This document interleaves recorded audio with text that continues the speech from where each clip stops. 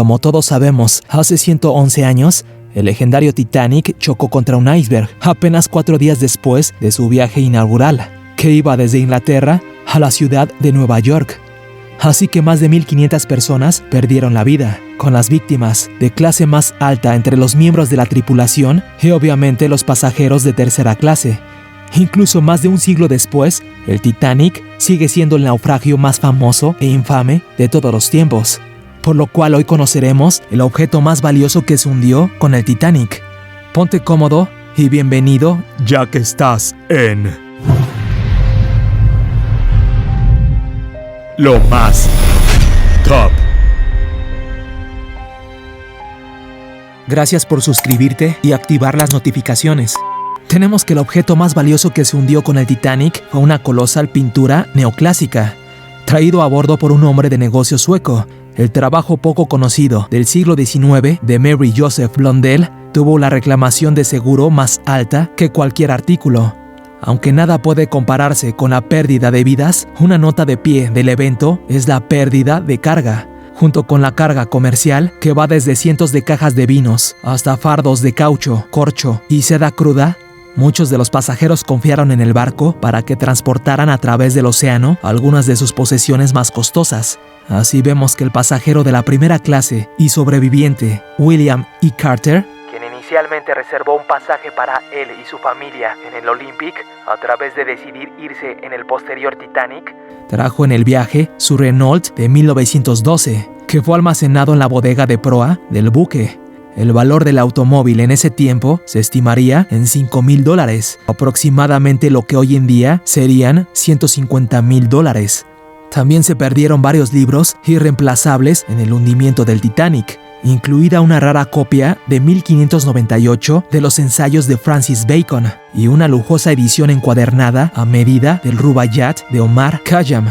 El volumen de esta edición tenía una encuadernación a medida que no escatimó en gastos, con una cubierta de cuero marroquí con incrustaciones de oro y marfil, y más de 1,000 piedras preciosas y semipreciosas. Fue en este momento de la encuadernación de libros más cara jamás creada.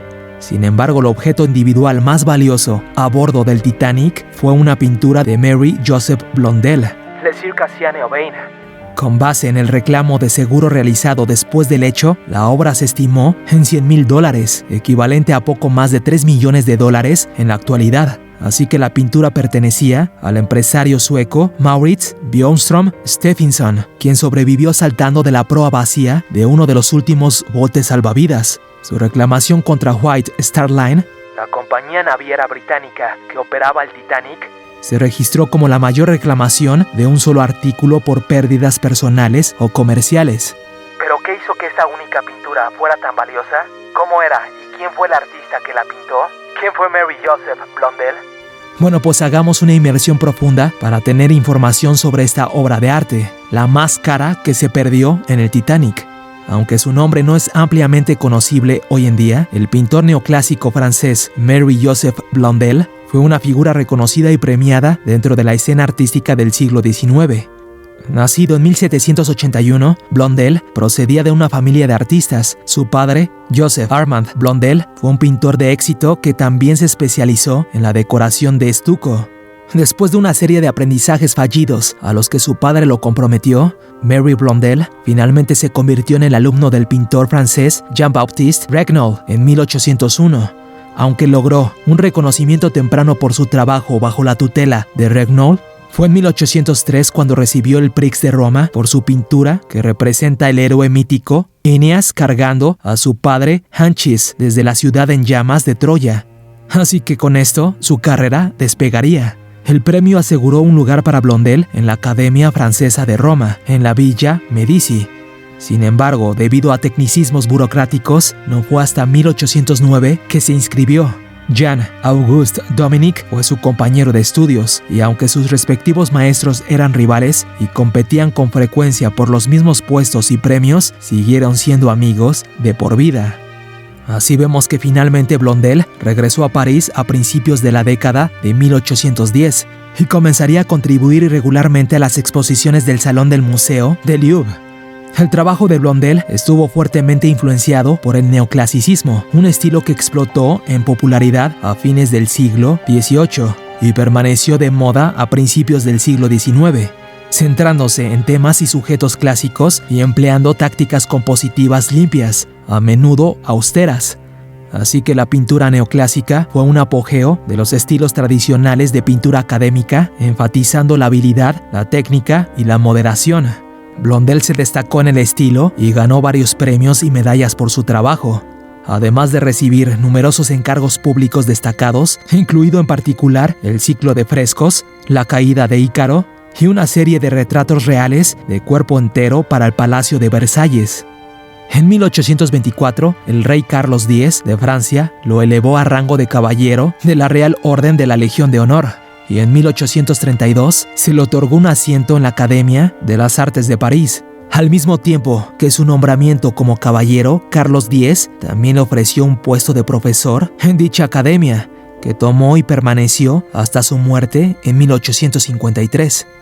Así tenemos que la Circassian Vein de Blondel de 1814 es emblemática del estilo neoclásico, con un retrato de cuerpo entero de una mujer circasiana idealizada entrando a un baño inspirando de la antigüedad clásica.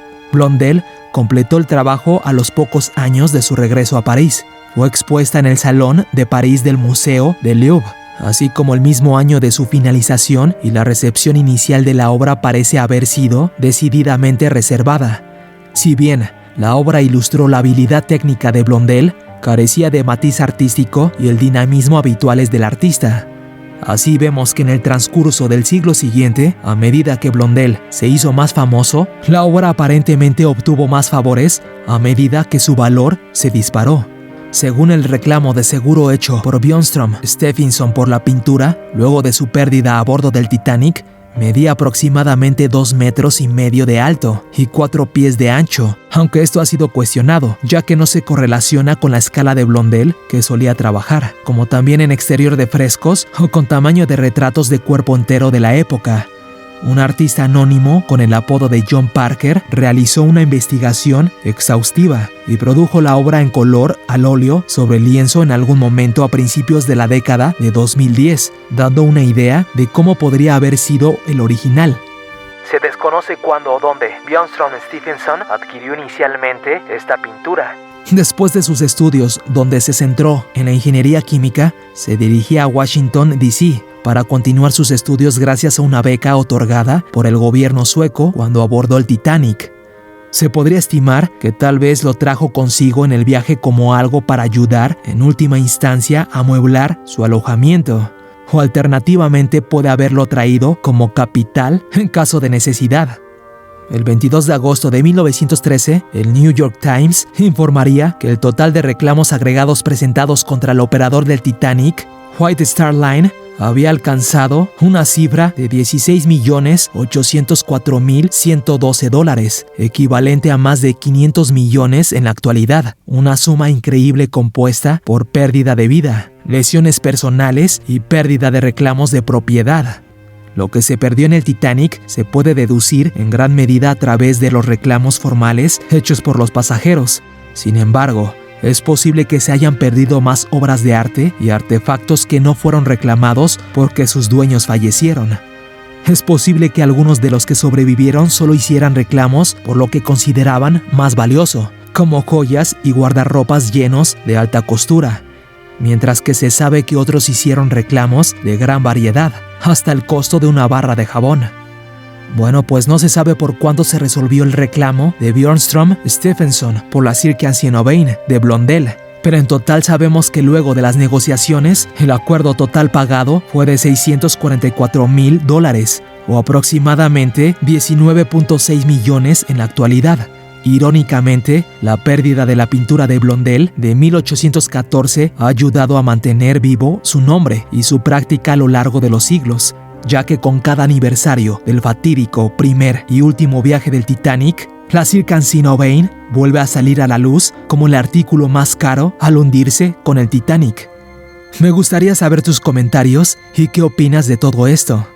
¿Crees que aquella pintura valga lo que los expertos dicen? Yo soy Paco Klee, muchas gracias por ver y nos vemos Próximamente